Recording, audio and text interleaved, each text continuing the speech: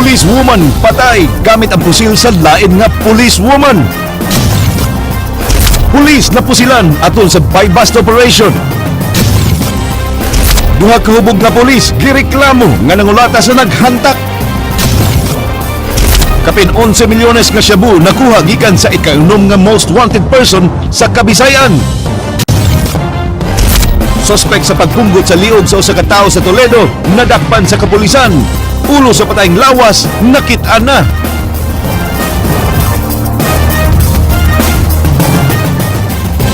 May hapon Sugbo, Kabisayan, ania na ang mga balita uban ang kanitibuk ang puwersa sa News 5 Cebu karong adlawng Biyernes petsa 7 sa buwan sa Nobyembre tuig 2014. Ako si Glenn Soco. Amo nang ihatod ang mas sa iyong pagbalita inubanan sa mas komprehensibong impormasyon. Ako si Georgia Herrera.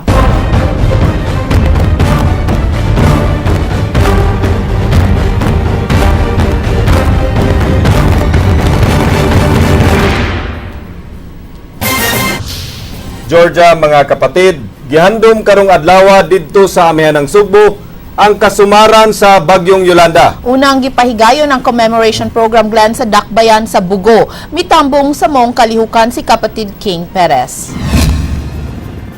Sa Bugo Sports Complex, makita ng mga managlahing exhibit gikan sa mga ahensya sa gobyerno ug mga aid organizations na nahimong aktibo sa relief and rehabilitation efforts sa amihan ng Sugbo. Ang programa gisugdan sa usa ka santos nga misa. I have passed many times in Northern Cebu. I saw the devastation, but now I'm proud to say I am from Northern Cebu. Giturn over ni TESTA Director General Joel Villanueva mga panimaigikan sa maong ahensya ngadto sa tulo ka mga beneficiaries sa lungsod sa San Remigio. Gikumpirmaro sab ni Villanueva ang 717 ka mga graduates sa skills training gikan sa mga lungsod sa Borbon, Danbantayan, San Remigio, Sogod ug Dakbayan sa Bugo. Dahil sa inyo mga graduates na niniwala mo batang araw, isa rin sa inyo ang aking ikukot bilang isang napakagandang istorya na hindi kayo tumigil pagkatapos tamaan ng Bagyong Yolanda. Hindi kayo tumigil na mangarap.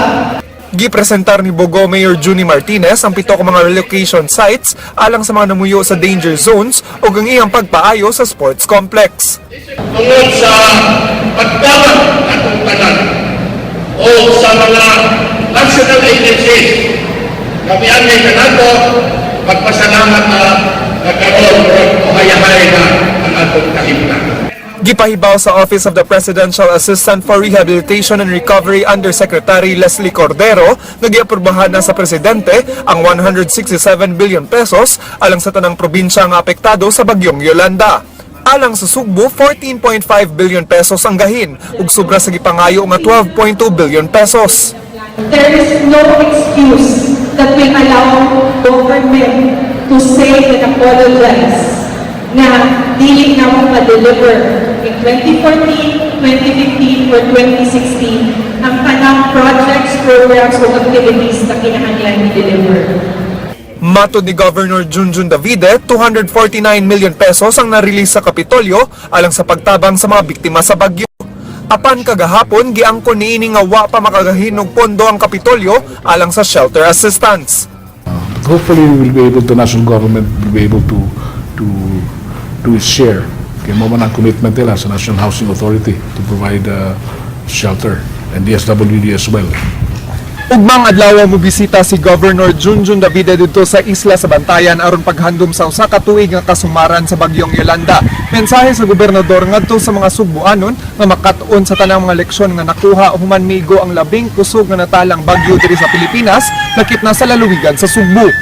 Kinahanglan ang paganda anaa sa matag isa kanato. King Perez, News 5. Daling nakabarog ang lungsod sa Midilian human kuso-kusuha sa Bagyong Yolanda. Bisan ugwa sila'y nadawat nga tabang gikan sa mas taas nga kagamhanan. Aniyang salin sa Baguio Special Report bahin sa mabulukong pagbangon sa turismo sa lungsod sa Midilian.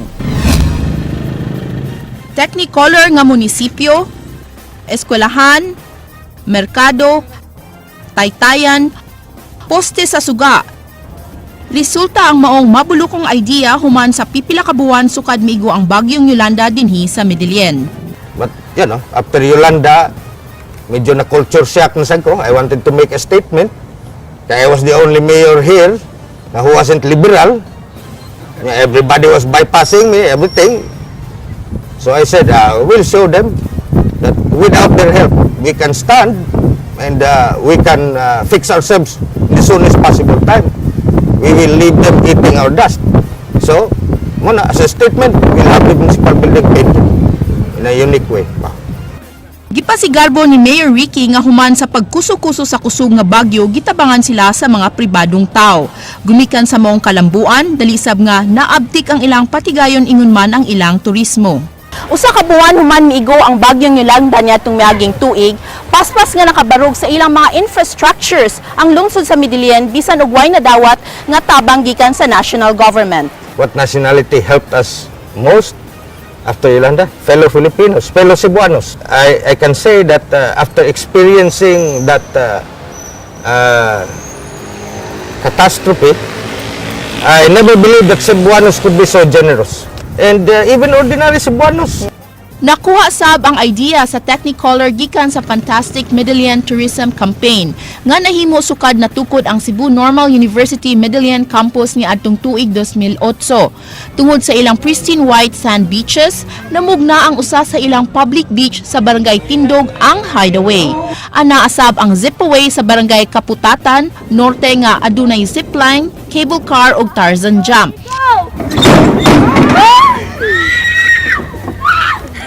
Gikahinaman sab karon sa mga local tourists ang Fantastic Island nga anaa sa isla sa Gibitngil. Nadungagan ang excitement sa mga turista gumikan sa fantastic colors sa mga edipisyo sa maong lungsod nga nagpakita nga naka-recover na sila human ang kadaot nga hatod ni bagyong Yolanda. Georgia Herrera, News 5. Nagpositibo ang gipahigayong bypass operation sa kapulisan sa Lapu-Lapu City Police Office Station 3 kagabi. Apa na pusilan una sa subject ang pulis nga pusher buyer. Ray Pasaporte, Sugin Limi. Napusilan si P1 Raul Ruiz sakop sa Police Station 3 sa Lapu-Lapu City Police Office pasado alas 9 kagabi sa Sacred Heart Village sa Barangay Gunob. Naigo kini sa wang paa diin ang balawa makalapos hinungdan nga nalandig kini sa tambalanan. Ang hepe niini nga si Police Senior Inspector Wilbert Parilla nagkanayon nga nagpahigayon sila og bypass operation sa maong lugar batok kang Jason Montibon. Ang napusilan nga pulis mo'y nagsilbing pusher buyer diin iyang gipalitan og usa ka pakete sa shabu. Ang subject sa kantidad nga 200 pesos. After na-consummate ang ilahang transaction, pag-declare niya nga pulis, so may draw og armas ang katong suspect. Then na kay tungod sa kangit-ngit sad butong naunhan siya og kaigo, and then after hindagan ang katong suspect nga dinaban sad sa duol rang ato ang mga backup, so muto nga nadakpan sad siya. Laing 20 kagagmayng pakete sa shabu ang nakuha gikan sa posisyon ni Montibon ug nabawi sab ang marked money. Na-recover sab sa kapulisan ang armas sa subject nga usa ka Black Widow revolver caliber 9mm nga dunay duha ka bala.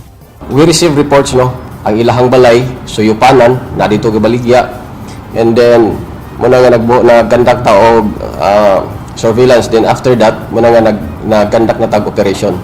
Base sa impormasyon, level 3 drug poser si Montibon sa lugar, diin makahalin kinig duha ka bulto sa shabu sa usa ka semana.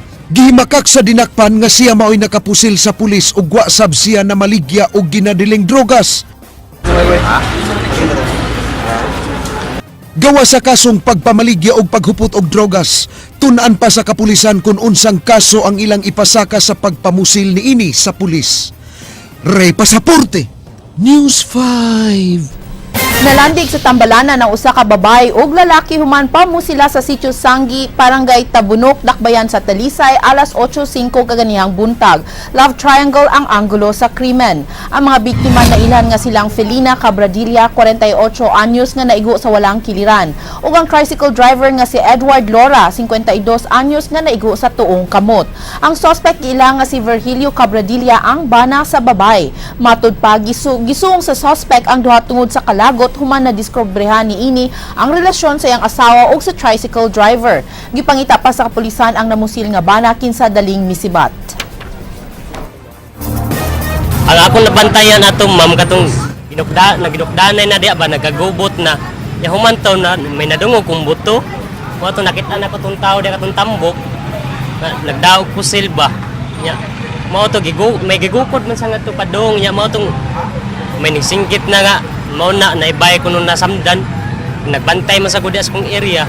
Karon ang atong usa sa motibo nga atong gisubay kaning mga testimonya base sa mga tao nga diyan sila nagpuyo o kaning sa makapalibot regarding aning adunay kunoy as alleged nga adunay relasyon ang kaning duha ka biktima sa pagpamusil.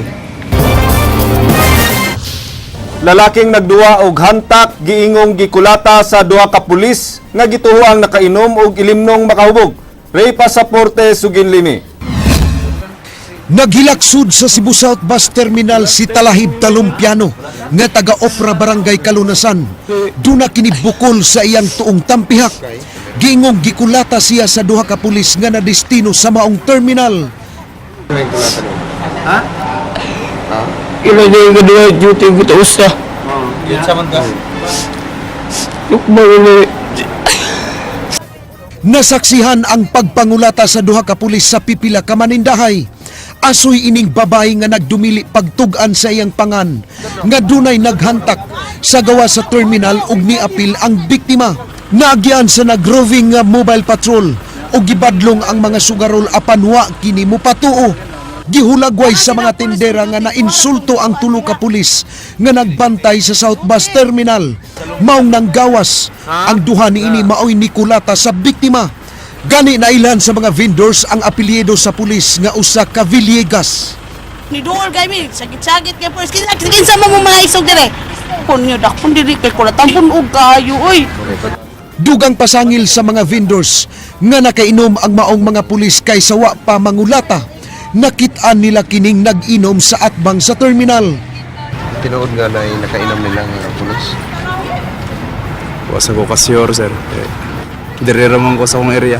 Dili ka, wa ka nakainom, sir? Wala. Gihimakak ang pasangil sa usa sa mga gipasangin lang pulis nga wa magpaila. Okay. Mo lagi ito, ako lang gi safekeeping sa mo security office. Wano ko kibaw kung sa to'y hinungda. Pero nakulatahan gyud nimo sir. I don't know, kibaw gyud. Kay nalagi to yung mga bunog-bunog sa iyang naong So may standby siguro, unsa ko kibaw gyud ato.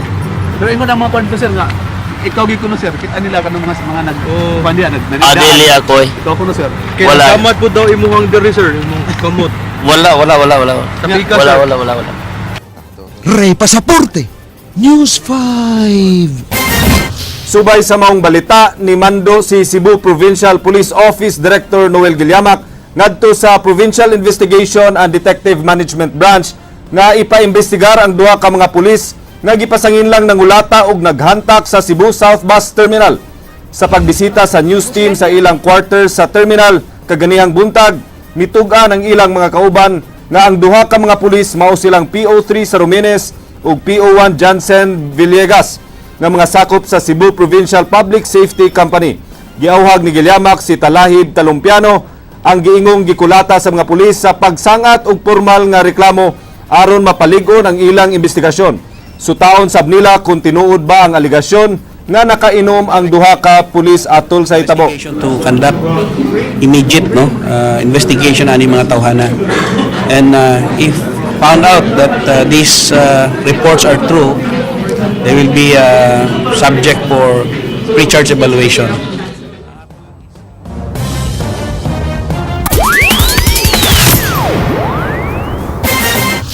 Atong balikan ang report kabahin sa fun run nga gipasiugdahan sa PhilHealth alang sa mga bata nga dunay sakit sa kasing-kasing. Ryan Sorote, Suginlimi. Pusta ka benefit run pasiugdahan sa Philippine Health Insurance Corporation alang sa mga batang dunay sakit sa kasing-kasing.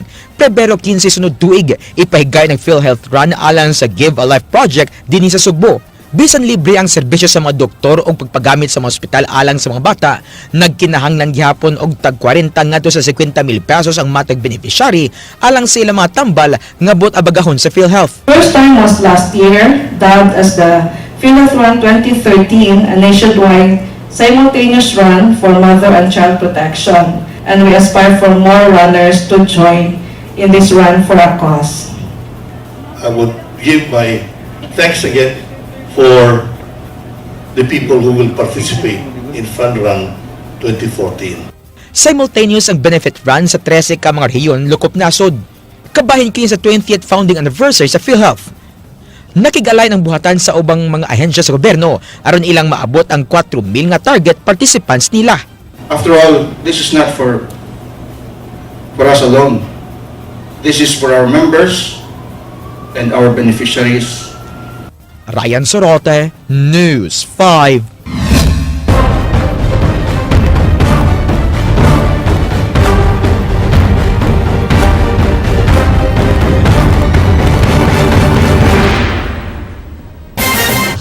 Gawas sa mga infrastruktura nga nangaguba atol sa bagyong Yolanda, di ikalimod nga naapektuhan sab ang panginabuhian sa mga taga Northern Cebu sama sa pangisda.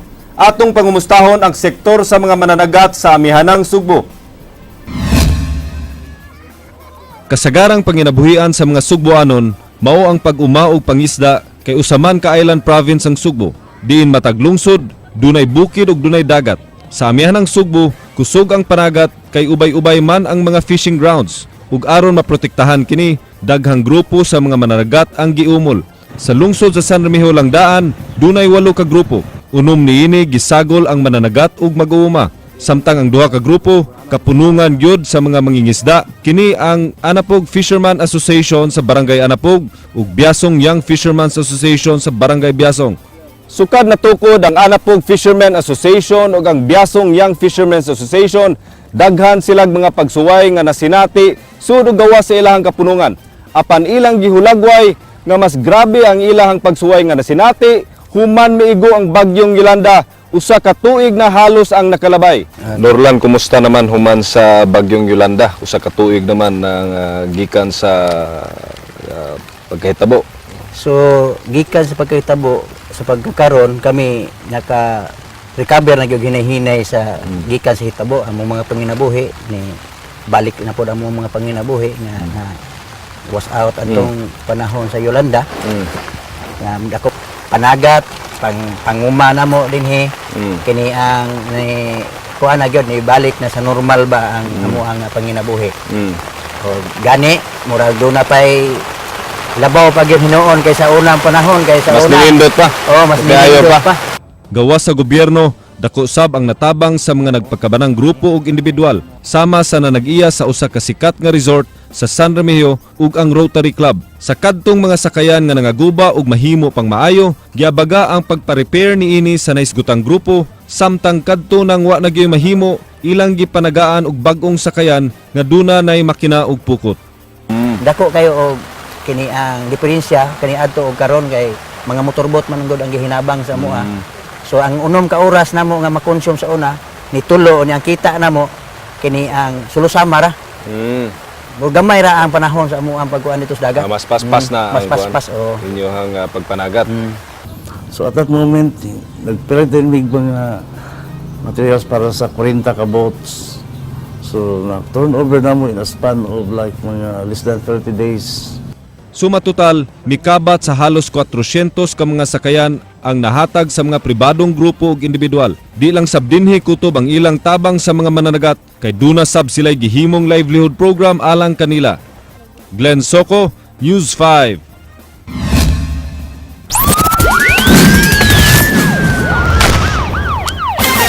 Patay ang usa ka policewoman nga ubos sa field training gamit ang armas sa lain nga policewoman. Gisusi sa kapulisan kung naghikog ba ang biktima o gipusil ba sa iyang kaubang pulis. Andrea Patenya, Suginlimi. Pero man, it's all sudden. Dali na kayo itabo. Wa kapugi ni PO1 Cyril Marie Bayate ang iyang emosyon human masaksihan ang kamatayon sa iyang suod nga higala nga si PO1 Heidi Garcia sud sa lawak sa ilang panimay dinhi sa Sitio Ascension, Barangay Sambag 1 pasado alas 9 kaganihang buntag. Si Bayate sakop sa Cebu City Police Station 1 samtang si Garcia usa ka police trainee nga gi-assign sa Cebu City Police Station 11. Ang namatay gikatakda na untang mubalik sa Regional Training School alang sa ilang evaluation karong Martes. Armas. Lumad nga taga Talibon, Bohol si Garcia nga minyo kang PO1 Roy Benji Garcia nga na destino sa Bohol ug dunay duha ka mga anak. Unang impormasyon nga nadawat sa kapulisan mao nga nagpakamatay si Garcia gamit ang 9mm pistol service firearm ni Bayate. Naglisod pa sa pagtubag sa mga panghutana sa mga tigbalita si Bayate kun nganong giingong nagpakamatay si Garcia.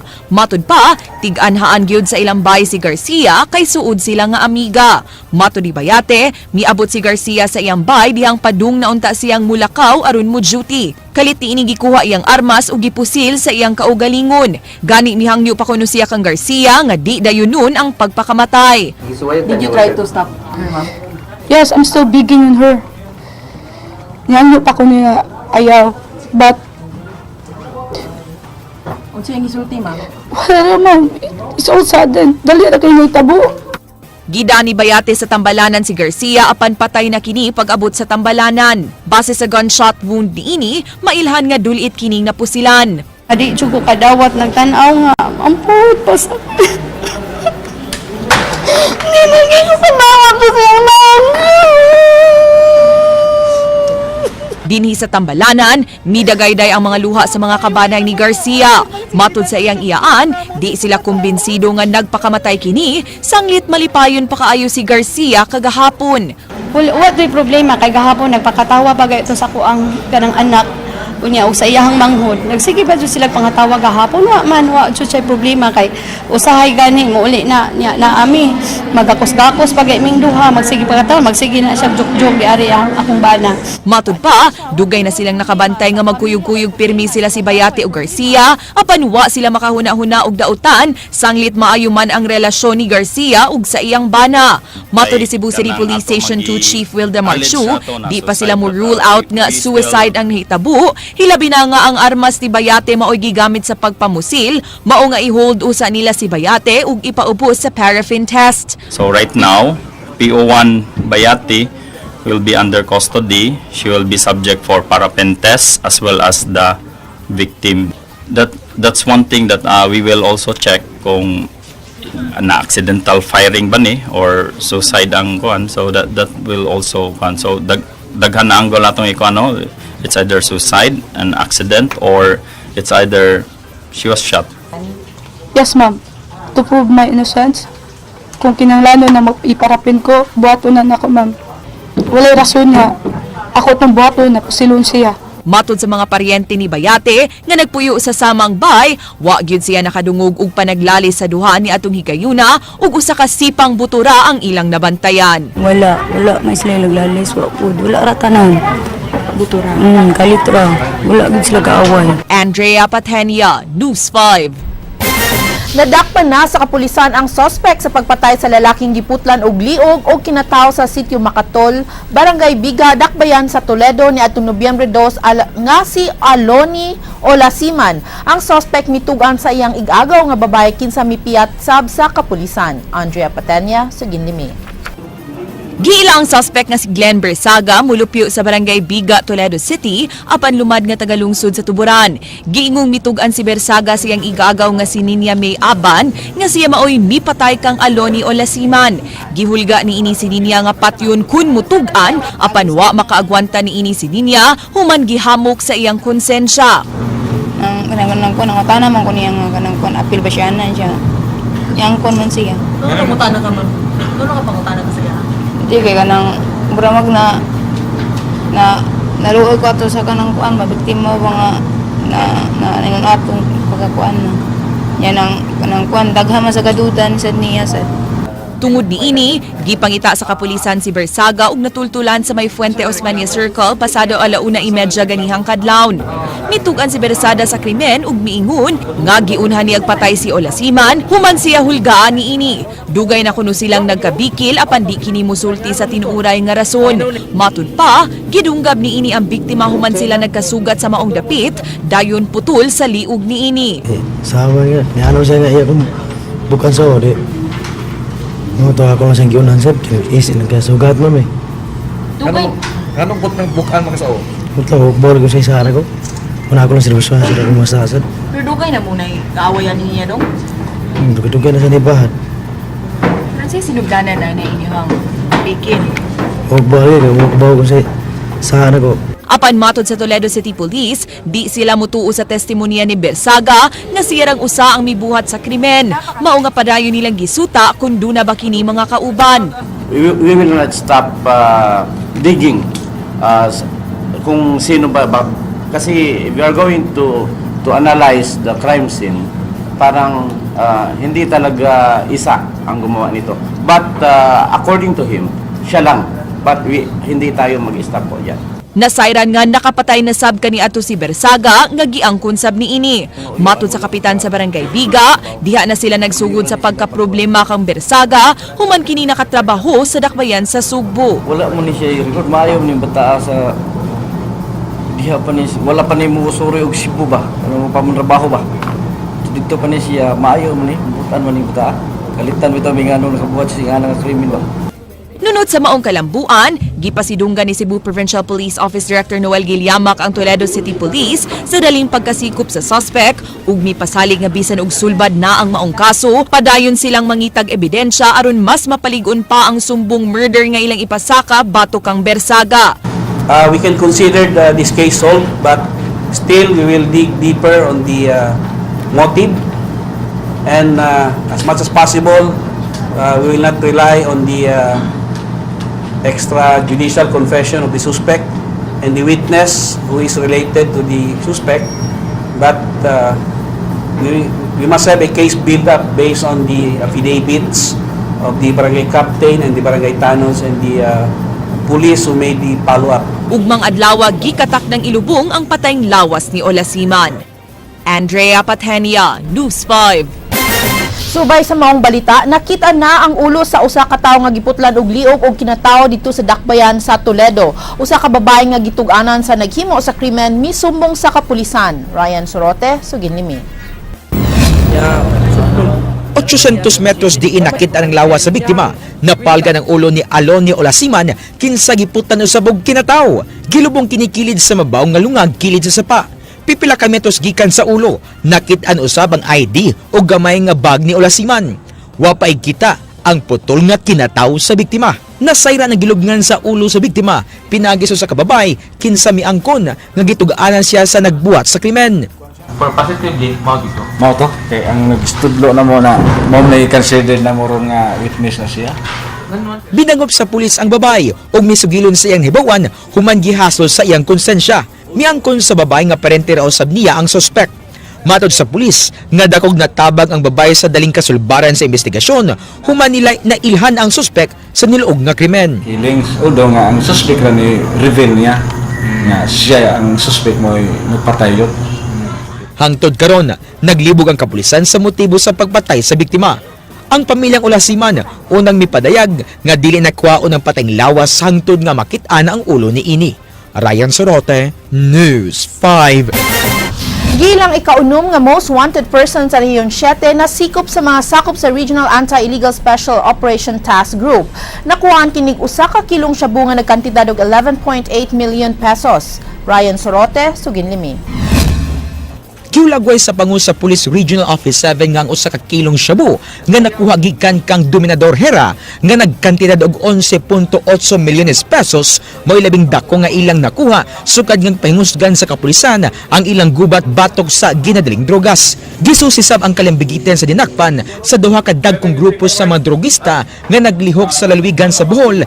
Di ang usa sa mga dako-dako niini moang kanhi pulis nga napatay nga si Owen Rosales.